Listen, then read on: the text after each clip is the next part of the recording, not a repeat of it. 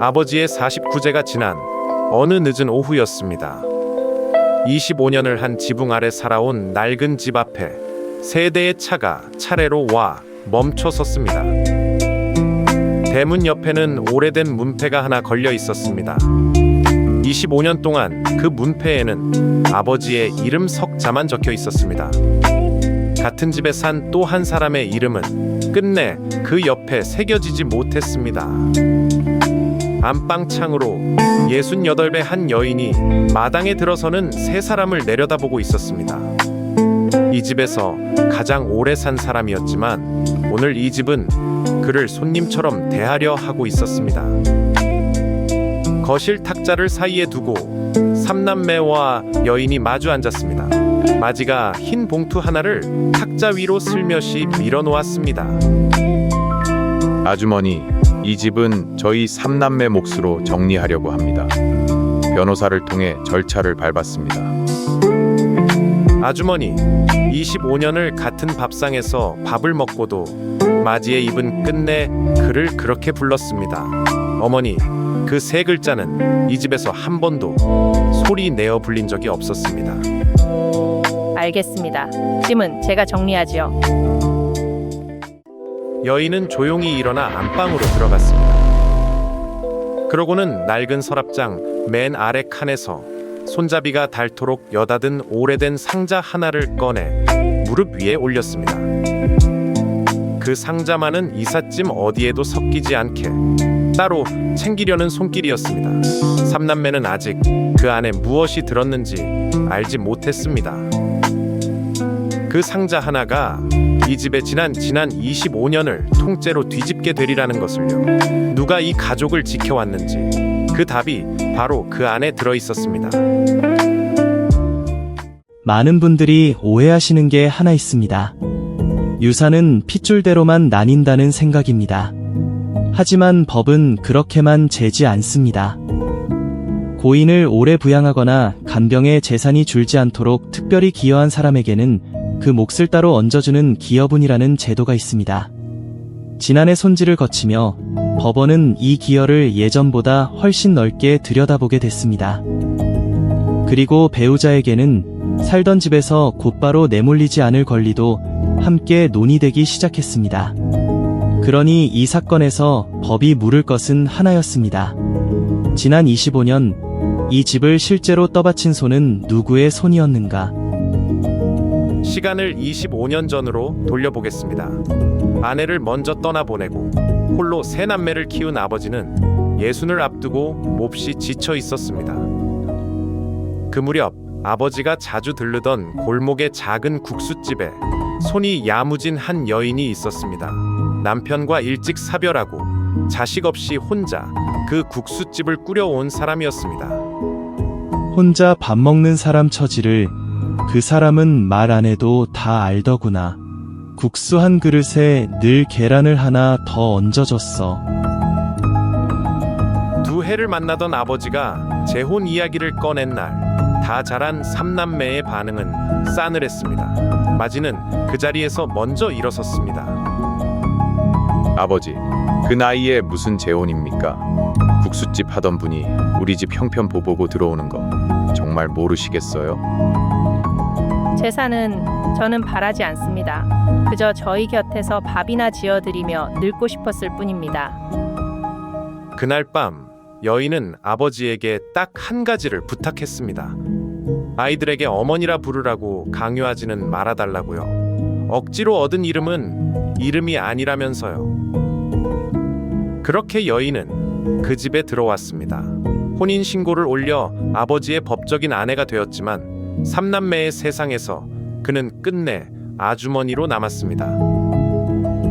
명절이면 여인은 새벽부터 홀로 부엌에 섰습니다. 삼남매는 상 앞에서 그가 차린 음식을 먹었지만 수고했다는 말 한마디는 좀처럼 그 입에서 나오지 않았습니다.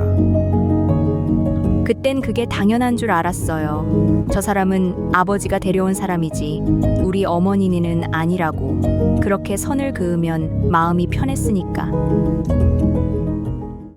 친척들의 수군거림도 그 선을 자꾸만 덧칠했습니다. 국수집 하던 여자가 유복한 집에 들어왔으니 속셈이 뻔하지 않으냐고 그런 말들이 돌았습니다. 형, 나중에 아버지 재산 저 아주머니한테 다 넘어가는 거 아니야? 미리 정리를 좀 해둬야 하는 거 아닌가 싶은데. 정작 그 여인은 제 앞으로 된 국수집 전세금마저 조용히 정리해 아버지의 낡은 집 수리에 보태고 있었습니다. 하지만 그 사실을 아는 자식은 아무도 없었습니다. 선 밖에서 두 사람의 하루는 소박하고도 단단했습니다. 아침이면 함께 마당을 쓸고 저녁이면 평상에 나란히 앉아 라디오를 들었습니다. 윤호가 애들은 애들대로 제 살 길이 바쁜 게지. 서운해 말어. 그래도 자네가 있어서 나는 저녁이 안 무섭다. 무섭긴요. 저 사람들도 언젠가는 알아줄 날이 있겠지요. 저는 그거면 됐습니다. 세월이 흐르면서 삼남매는 저마다의 사정에 떠밀려 그 집에서 점점 멀어져 갔습니다. 마지는 버려놓은 사업이 기울며 연락을 끊다시피 했고, 딸은 먼 지방으로 시집간 뒤 제 살림의 벼랑 끝에서 허덕였습니다. 막내는 막내대로 갚아야 할 것들에 쫓겨 아버지 앞에 얼굴 내밀기를 자꾸 미뤘습니다. 그렇게 아버지의 곁에는 끝내 한 사람만 남았습니다. 이 집에 가장 늦게 온, 그리고 가장 오래 남은 사람이었습니다. 아버지가 이른을 넘기던 해 몸에 병이 찾아들었습니다. 처음엔 손이 조금 떨리는 정도였지만 병은 해가 갈수록 아버지의 걸음과 기억을 조금씩 앗아갔습니다. 부엌 선반에는 약봉지가 날짜별로 가지런히 놓이기 시작했습니다. 누군가 매일 하루도 빠짐없이 그것을 챙기고 있다는 뜻이었습니다. 그런데 이상하지요. 아버지가 그토록 아팠던 그 긴 세월 동안 삼남매는 어째서 그 사실을 제대로 알지 못했을까요? 여기에는 아직 아무도 모르는 약속이 하나 있었습니다. 병이 깊어지자 여인의 하루는 통째로 아버지의 시간이 되었습니다. 새벽에 일어나 몸을 씻기고 죽을 쑤어 한술씩 떠먹이고 병원과 집을 오가는 일이 몇 해나 이어졌습니다. 여보, 오늘은 저기 창가까지만 걸어봅시다. 어제보다 딱 5걸음만 더요. 내가 붙잡고 있으니까 넘어질 일 없어요. 요양보호사가 하루 몇 시간을 도왔지만 나머지 20시간은 온전히 여인의 몫이었습니다. 그 긴 밤들을 여인은 단 한 번도 자식들에게 하소연하지 않았습니다. 가끔 삼남매가 전화를 걸어오면 아버지는 수화기를 넘겨받아 늘 같은 말을 했습니다. 나는 괜찮다. 아주 좋아. 너희들 바쁜데 뭐 하러 오려고. 오지 마라. 차비 아깝다. 수화기 너머의 자식들은 그 말을 편히 믿었습니다. 아버지의 목소리가 왜 그렇게 힘겹게 떨렸는지, 그 곁에서 수화기를 쥐어주던 손이 왜 그렇게 야위었는지는 알려하지 않았습니다. 그리고 지난 겨울, 아버지는 여인의 손을 잡은 채 조용히 눈을 감았습니다. 그 마지막 순간 아버지의 곁을 지킨 사람은 그 한 사람뿐이었습니다. 부고를 받고 삼남매가 달려왔습니다. 오랜만에 돌아온 그들의 눈에 아버지가 세상을 떠났다는 사실보다 먼저 들어온 것이 따로 있었습니다. 집 명의가 왜 반이 저 아주머니 앞으로 돼 있지? 아버지 통장은 이건 또 왜 이렇게 정리가 돼 있어? 장례를 치르기 무섭게 삼남매의 머릿속은 온통 한 가지 생각으로 채워졌습니다. 곁을 오래 지킨 저 여인이 그 세월을 빌미로 아버지의 재산을 제 것으로 돌려놓은 건 아닌가 하는 의심이었습니다. 형 말이 맞아. 우리가 없는 사이에 아버지 판단력 흐려진 틈을 타서 집이며 돈이며 다 손을 써둔 거라고. 그냥 넘어가면 안 돼. 변호사부터 알아봅시다. 저 집 원래 우리 어머니랑 아버지가 마련한 집이야. 남의 손에 넘길 순 없어. 다시 49제가 지난 그날, 딸은 짐을 정리하다 여인이 따로 챙겨둔 그 낡은 상자를 우연히 마주하게 됩니다. 여인이 잠시 자리를 비운 사이였습니다. 이게 다 뭐야? 이건 병원 영수증이고, 이건 약값, 간병비, 10년, 15년치가 날짜별로 다 있잖아.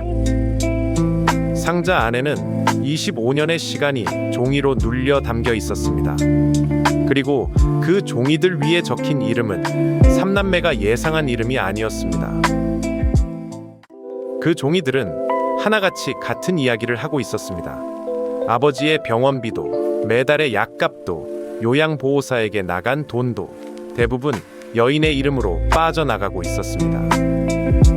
국수집 전세금, 예전에 끼고 있던 작은 보험, 이 사람 자기 앞으로 있던 걸 하나씩 다 헐어서 아버지 병수발에 부은 거야. 집의 절반이 여인의 이름으로 된 것도 재산을 가로챈 흔적이 아니었습니다. 줄어드는 살림을 제 돈으로 메워온 사람에게 아버지가 남긴 최소한의 자리였을 뿐이었습니다. 딸의 손끝이 마지막 통장 한 권에서 멈췄습니다. 그것은 아버지의 통장도 살림 통장도 아니었습니다. 딸의 이름 석자가 적힌 딸 자신도 잊고 있던 통장이었습니다. 이건 내 이름이잖아. 내가 지방에서 제일 힘들 때 이름 없이 다달이 들어오던 그 돈. 나는 그게 아버지가 몰래 보내주시는 건 줄로만 알았는데. 그 돈이 어디서 왔는지가 그 마지막 통장 한 권에 고스란히 남아 있었습니다. 딸은 차마 그 다음 장을 넘기지 못하고 두 손으로 입을 막았습니다.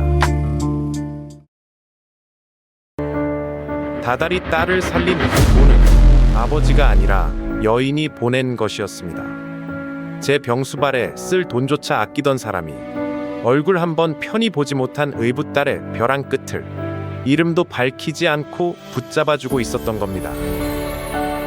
재산을 노린 외부인이라 불렸던 그 사람은 이 집의 살림을 갉아먹기는커녕 제 것을 헐어 이 가족을 떠받치고 있었습니다. 그렇다면 이제 질문은 방향을 바꿉니다. 이 집을 정리하겠다며 봉투를 내민 삼남매는 그 긴 세월 어디에 있었을까요? 그 무렵 아버지를 오래 돌본 요양보호사가 마지막 서류를 전하러 집을 찾아왔습니다. 삼남매의 얼굴에 남은 혼란을 보고 그는 한참을 망설이다 입을 열었습니다. 저는 3년을 이 댁에 드나들었어요. 그런데 자제분들 얼굴을 뵌 건 오늘이 처음이네요. 그 한마디에 삼남매는 아무 말도 하지 못했습니다. 요양보호사는 자신이 이 집에서 3년간 지켜본 것들을 하나씩 꺼내놓기 시작했습니다.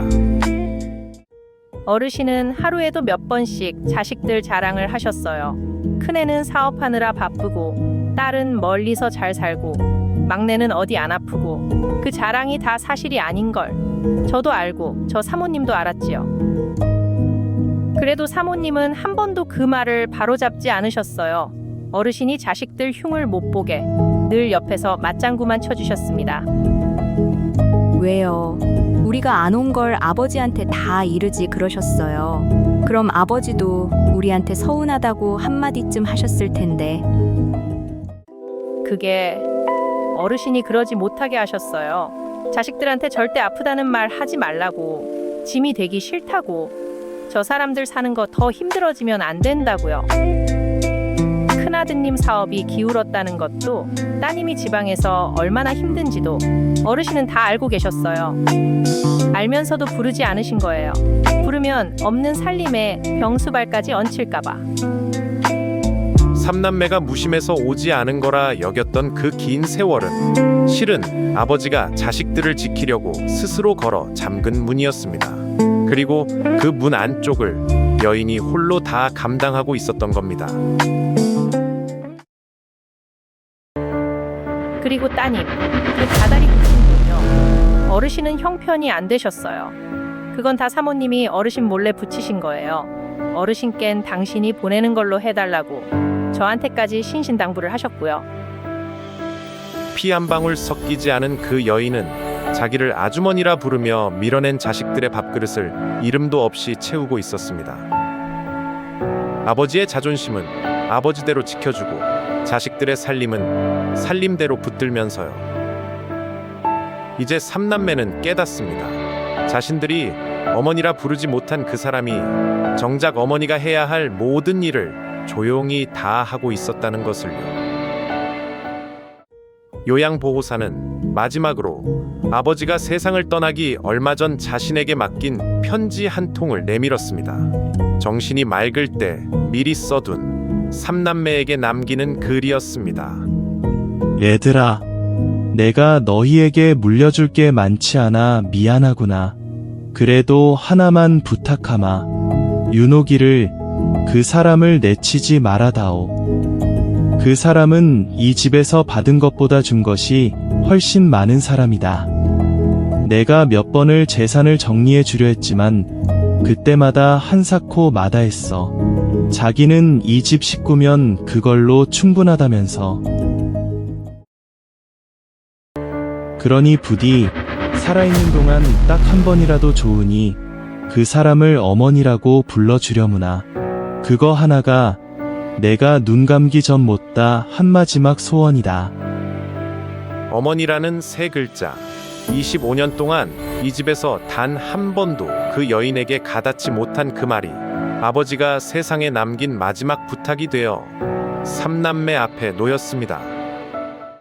거실에는 한동안 아무 소리도 나지 않았습니다. 봉투를 내밀며 이 집을 정리하겠다던 삼남매는 이제 그 봉투를 어디에 두어야 할지조차 알지 못했습니다.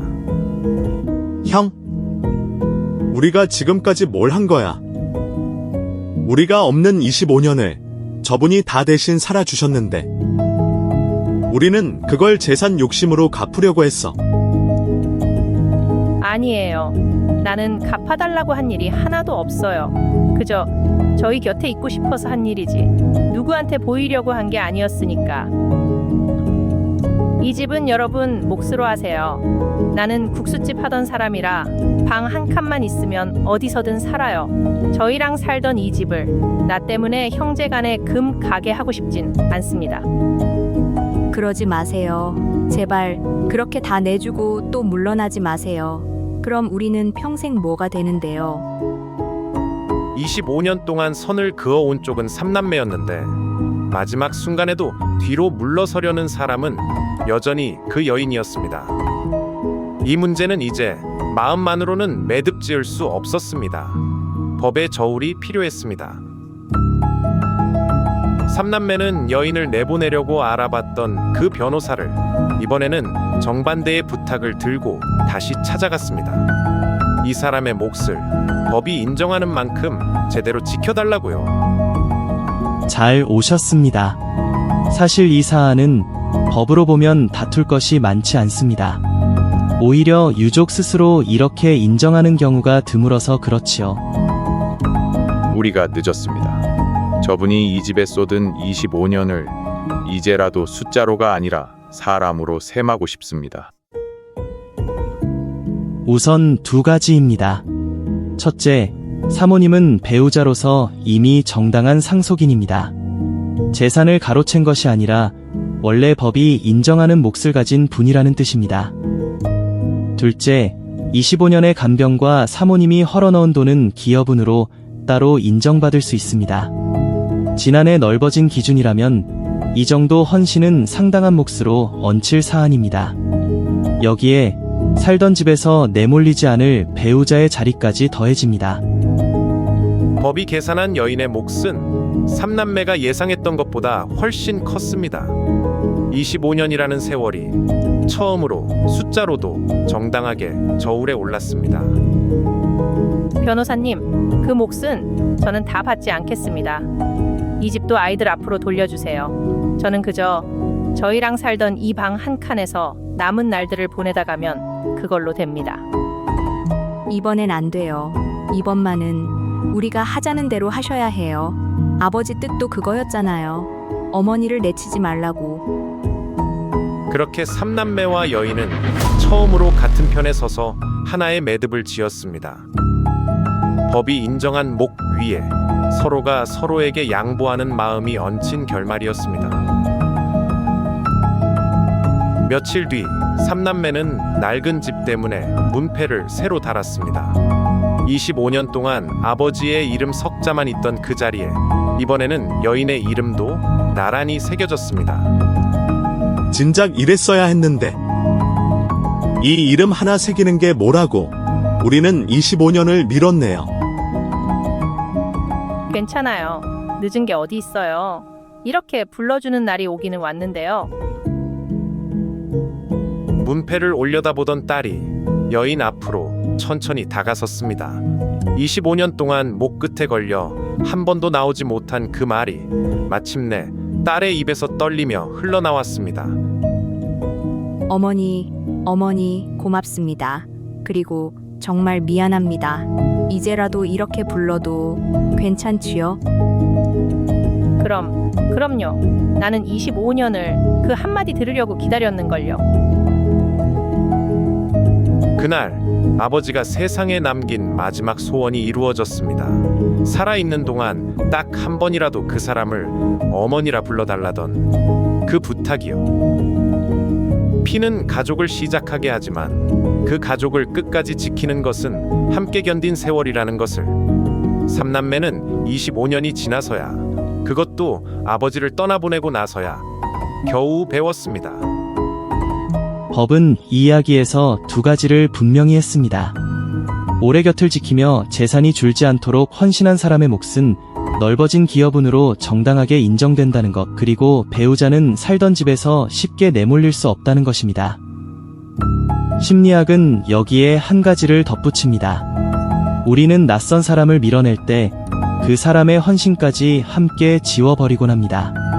편견이라는 색안경은 눈앞의 사실보다 힘이 셀 때가 많으니까요. 이 가족이 25년을 돌아온 이유도 바로 그것이었습니다. 25년이라는 세월이 있었습니다. 국수 한 그릇에 계란을 얹어주던 마음이 아버지의 마지막 숨결을 붙들던 손이 되기까지의 세월이었습니다. 그 긴 세월 동안 이 가족은 그 사람을 어머니라 부르지 못했습니다. 하지만 어머니라는 이름은 부르지 않아도 이미 그 사람의 손끝에 다 새겨져 있었는지도 모릅니다. 법은 이 여인의 25년을 뒤늦게나마 저울에 올려주었지만 그 세월 동안 듣지 못한 어머니라는 말까지 되돌려주지는 못했습니다. 그 한마디는 오직 가족만이 줄 수 있는 것이니까요. 피로 이어졌으나 곁을 비운 자식과 피는 섞이지 않았으나 곁을 지킨 사람, 여러분에게 가족이란 이 둘 중 어느 쪽입니까? 만약 여러분이 이 삼남매였다면 그 문패에 이름을 새기기까지 얼마나 걸렸을까요? 여러분이라면 어떻게 하시겠습니까?